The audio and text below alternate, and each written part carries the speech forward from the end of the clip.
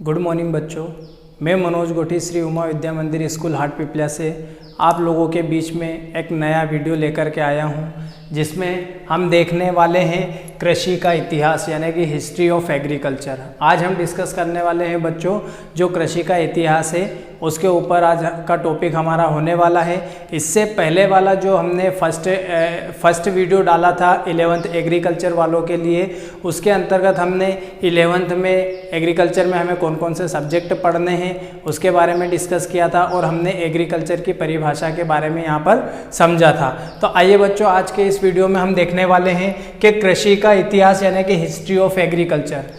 जो आप लोग अच्छे से जानते हैं कि जो कृषि का इतिहास है वो प्राचीन काल से देखते आ रहे हैं कि जो खेती है या कृषि है वो प्राचीन काल से हम करते हुए आ रहे हैं। ठीक है, तो इसके बारे में हम डिस्कस करते हैं। तो जो कृषि मानव जाति का जो प्राचीनतम जो व्यवसाय है वो क्या रहा है? कृषि ही रहा है। ठीक है, तो यहाँ पर आपके पहले पॉइंट के रूप में कृषि मानव जाति का प्राचीनतम व्यवसाय रहा है, यानी कि जो एग्रीकल्चर है वो प्राचीन से ही क्या है? कृषि के रूप में हमारे यहाँ पर किया जा रहा है। ठीक है, अब इसके इतिहास की बात करें तो जो मानव जाति के इतिहास में जैसे जैसे विज्ञान एवं तकनीक का विकास हुआ है तब तब क्या है? कृषि का एक नया रूप हमको देखने को मिला है ना। यानी कि उसमें जो तकनीक, जिस तरीके से विज्ञान एवं तकनीक का हम उपयोग करते हैं कृषि में, वैसे ही क्या है? कृषि का भी विकास हुआ है। तकनीक और विज्ञान के साथ साथ में कृषि का भी विकास हुआ है। नेक्स्ट, मानव विकास के जो पुरातात्विक साक्ष्य जो हमें प्राप्त हुए हैं उसके अनुसार मानव की जो सभ्यता के विकास की बात करें तो उसका जो प्रथम चरण स्टार्ट होता है वो कहाँ से होता है बच्चों? पाषाण काल से। यानी कि जो आदि मानव हुआ करते थे वो भी क्या है? जो उनका भी क्या है? कृषि में योगदान रहा है कुछ ना कुछ। हिस्ट्री ऑफ एग्रीकल्चर का वो प्रथम चरण किस काल से माना जाता है? पाषाण काल से माना जाता है, जिसको हम स्टोन एज भी कहते हैं। ठीक है, यहाँ पर क्या है? सुरक्षा तथा आजीविका चलाने के लिए जो आदि मानव हुआ करते थे वो क्या करते थे? अपनी सुरक्षा के लिए हथियारों एवं औजारों का आविष्कार करते थे, जो कि काय के बने हुए थे? जो कि पाषाण के बने हुए थे बच्चों। क्या के बने हुए थे? पाषाण के। तो पाषाण को क्या कहा जाता है? पाषाण, या फिर हम इसको पत्थर भी बोलते हैं। यानी कि जो आदि मानव हुआ करते थे वो अपनी सुरक्षा के लिए क्या है कि पत्थरों के औजार बनाते थे, यानी कि पत्थरों के औजार का वो उपयोग करते थे। ठीक है, अब यहाँ पर पाषाण काल के बाद में आया हमारा पूरा पाषाण काल, है ना। इसके बाद में कौन सा काल आता है?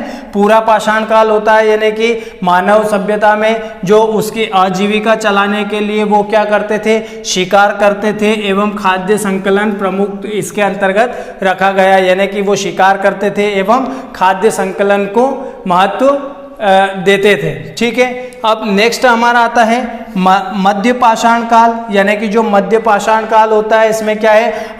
जो मानव जाति थी वो अपनी आजीविका चलाने के लिए खाद्य संकलन के साथ साथ क्या था? अस्थायी आवासन की शुरुआत हुई थी। यानी कि यहाँ से क्या था कि जो आदि मानव थे वो खाद्य का संकलन करते थे और उसके साथ साथ क्या था कि अस्थायी आवासन की शुरुआत थी। यानी कि वो इधर उधर भटकते रहते थे भोजन की तलाश में। यानी कि एक जगह से दूसरे स्थान से तीसरे स्थान पर क्या करते थे? मूव करते रहते थे। काय के लिए? यानी कि उनका जो आवास था वो क्या था? अस्थायी था। यानी कि वो एक जगह पर स्थायी रूप से नहीं टिकते थे। ठीक है, नेक्स्ट हमारा आता है, यानी कि जो मध्य पाषाण काल था इसके अंतर्गत पशुपालन की शुरुआत हुई थी। यानी कि वो क्या करते थे? स्टार्टिंग में तो देखा जाए तो वो इधर से उधर घूमना फिरना उनका लगा रहता था।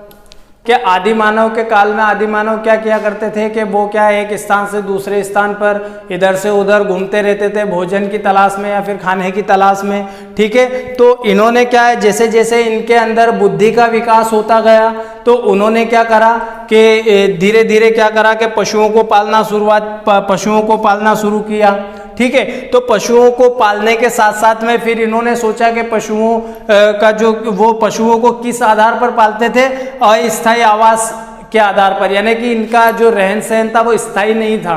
वो जहाँ पर रहते थे वो स्थायी वहाँ पर नहीं रहते थे। जैसे कि मान लीजिए किसी पशु को पाल रहे हैं, झुंड में इकट्ठे ही पालेंगे, ठीक। तो पशुओं को पालने के बाद में जो आसपास के एरिया में चारा था पशुओं को खिलाने के लिए, तो जब तक चारा उपलब्ध रहता था तब तक तो वो झुंड बना करके वहाँ पर रहते थे। और जैसे ही यदि मान लो उनको चारा वहाँ पर आसपास खत्म हो जाता था तो वो वहाँ से क्या करते थे, दूसरी जगह पर चले जाते थे, ठीक है। तो इस प्रकार से जो मध्य पाषाण काल होता है, मध्य पाषाण काल में क्या है, पशुपालन की शुरुआत की गई इसी में। और एक स्थान से क्या है, दूसरे स्थान पर, यानी कि पशुओं के झुंड के साथ में क्या करते थे, प्रस्थान कर लिया करते थे। यानी कि वहां पर क्या है, चारा वगैरह नहीं उपलब्ध हो पाता था, तो उस कारण से वो एक स्थान से दूसरे स्थान पर चले जाते थे। अगला हमारा आता है नवपाषाण युग, यानी कि मध्य पाषाण काल के बाद में आता है नवपाषाण युग। तो नवपाषाण युग में क्या है, इसमें क्या है, खाद्यान्न उत्पादन पर विशेष ध्यान दिया गया। यानी कि जो मानव जाति के लोगों में जैसे जैसे मस्तिष्क का डेवलपमेंट होता गया या फिर मस्तिष्क का विकास होता गया, वैसे समझ उनकी बढ़ती गई, ठीक है। तो उन्होंने क्या करा कि ये जो खाद्य यहाँ पर क्या थे कि पशुओं को अस्थायी रूप से इधर उधर जाते थे, है ना। यानी कि वहां पर क्या था, अस्थायी आवासन था उनका। यदि चारा खत्म हो जाता था तो वो क्या करते थे, उस जगह को छोड़ के दूसरी जगह चले जाते थे। अब इसमें नवपाषाण युग में क्या हुआ कि जो पशुओं को जो पशुपालन के साथ साथ जो उनको चारे की आवश्यकता थी, उन्होंने क्या करा कि भूमि को जोतना चालू कर दिया, है ना। अब ये भूमि को जोतने का कार्य किससे करते थे, जो पत्थरों से जो औजार बनाते थे, है ना, पत्थरों से जो औजार बनाते थे उन्हीं के द्वारा इन्होंने भूमि की जुताई चालू कर दी। और जो पशुओं को चारा उपलब्ध करवाना रहता था वो क्या करते थे, उसको फसल के रूप में उगाना यहाँ पर प्रारंभ कर दिया था। और ये क्या था कि स्थायी आवासन था, यानी कि यहाँ से उन्होंने पशुओं के लिए चारा उगाना चालू कर दिया था। यानी कि चारे के लिए उनको वो जगह छोड़ने की आवश्यकता नहीं पड़ती थी, तो वो वहीं पर रहन सहन उन्होंने वहीं पे स्टार्ट कर दिया। यानी कि उनका जो स्थायी आवासन किस काल से प्रारंभ हो गया था, वो था नवपाषाण युग से। यानी कि यहाँ पर क्या थे, पत्थरों के नए नए प्रकार के औजार बनाना चालू कर दिया उन्होंने, और खेत को जुताई वगैरह करके वहाँ पर जो फसलों को चारा था उसका उत्पादन करना चालू कर दिया, जिससे पशुओं को क्या है, चारा वहीं पर प्राप्त हो जाए और उधर उधर उनको घूमना नहीं पड़े, ठीक है। और इस युग में कृषि की विधिवत शुरुआत हुई थी। यानी कि मान लीजिए अब यहाँ पर वो क्या है, पशु के लिए चारा का उत्पादन कर रहा था। यानी कि जो मानव जाति के उद्देश्य के लिए जो पौधे उगाए जाते हैं उसे हम क्या कहते हैं, फसल कहते हैं। यानी कि यहाँ पर खाद्यान्न के लिए वो क्या चारा उगा रहे थे, ऑब्वियसली बात है ना। तो चारा उगा रहे थे और चारा क्या है, पशुओं को खिलाने के लिए उपयोग में लिए जाते थे, और पशुओं से क्या है, मानव को फायदा पहुंचता था। तो वो क्या है, मनुष्य के उद्देश्य के लिए जो चीजें उगा रहे थे उसी को हम क्या कहते हैं, फसल उत्पादन ही कहते हैं, ठीक है। तो उसके अंतर्गत यहाँ पर क्या है, कृषि की शुरुआत हमारी नवपाषाण युग से हो चुकी थी। कृषि के पहले जो था, आदि मानव ने क्या है, सबसे पहले तो पशुओं को पालना प्रारंभ करा था, देन उसके बाद में क्या है, उन्होंने खेती प्रारंभ की थी, यानी कि फसलों का उत्पादन करना प्रारंभ करा था। अब नवपाषाण युग के बाद में धातु युग आता है, यानी कि इसको हम ताम्र युग भी बोलते हैं। क्या बोलते हैं बच्चों, ताम्र युग बोलते हैं। यानी कि नदी घाटी सभ्यताएं विभिन्न नदियों के किनारों पर हुआ, ठीक है। अब देखो ये क्या करते थे, जो आदि मानव थे, ये अपने आवास की जो व्यवस्था जुटाते थे वो कहाँ पर जुटाते थे, यानी कि जहाँ पर नदियाँ होती थी, है ना, नदियों के आसपास ये अपने झुंड बना लिया करते थे ताकि इनको पानी के लिए इधर उधर ना भगना पड़े, है ना, ठीक है। अब मान लीजिए यहाँ पर नदियों के पास में ये रह रहे हैं, तो जो आज का नया युग है हमारा, उसमें हमें किस प्रकार से प्रमाण मिलता है कि वो नदी के पास में रहा करते थे। तो उनके जो पुरातात्विक जो खुदाई करते हैं तो वहाँ से ऐसे अवशेष प्राप्त होते हैं जिसका हम आकलन लगा सकते हैं कि नदियों के पास में जो है कि जो आदि मानव थे वो अपना जीवन बसेरा करते थे, ठीक है। तो ये जो धातु युग है इसको हम ताम्र युग भी बोलते हैं, यानी कि नदी घाटी सभ्यता विभिन्न नदियों के किनारों पर उनका हुआ था, है ना, कि जो नदी घाटी सभ्यताएं वो विभिन्न प्रकार की नदियों के किनारों पर से जुड़े हुए हैं, ठीक है। अब इस युग में नदी घाटी सभ्यताओं से क्या होता है,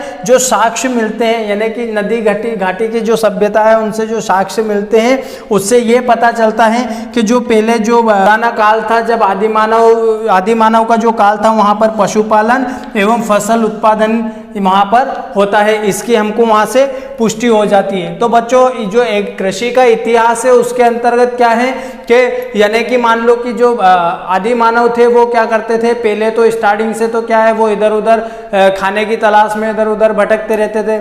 फिर जैसे जैसे उनके अंदर मस्तिष्क का विकास होता गया, वैसे जैसे जैसे समझदारी बढ़ती गई, तो उन्होंने क्या करा कि पशुओं को पालना प्रारंभ कर दिया। ठीक है, अब पशुओं को पालना प्रारंभ कर दिया और उसके बाद में वो अपनी सुरक्षा के लिए क्या करते थे, सुरक्षा और आजीविका चलाने के लिए हथियार जो कि पत्थर के हुआ करते थे उनका निर्माण प्रारंभ कर दिया, ताकि वो उनकी खुद की सुरक्षा जो जानवर होते हैं उनसे कर सकें। देन उसके बाद में धीरे धीरे क्या हुआ कि उन्होंने पशुओं को पालना प्रारंभ किया।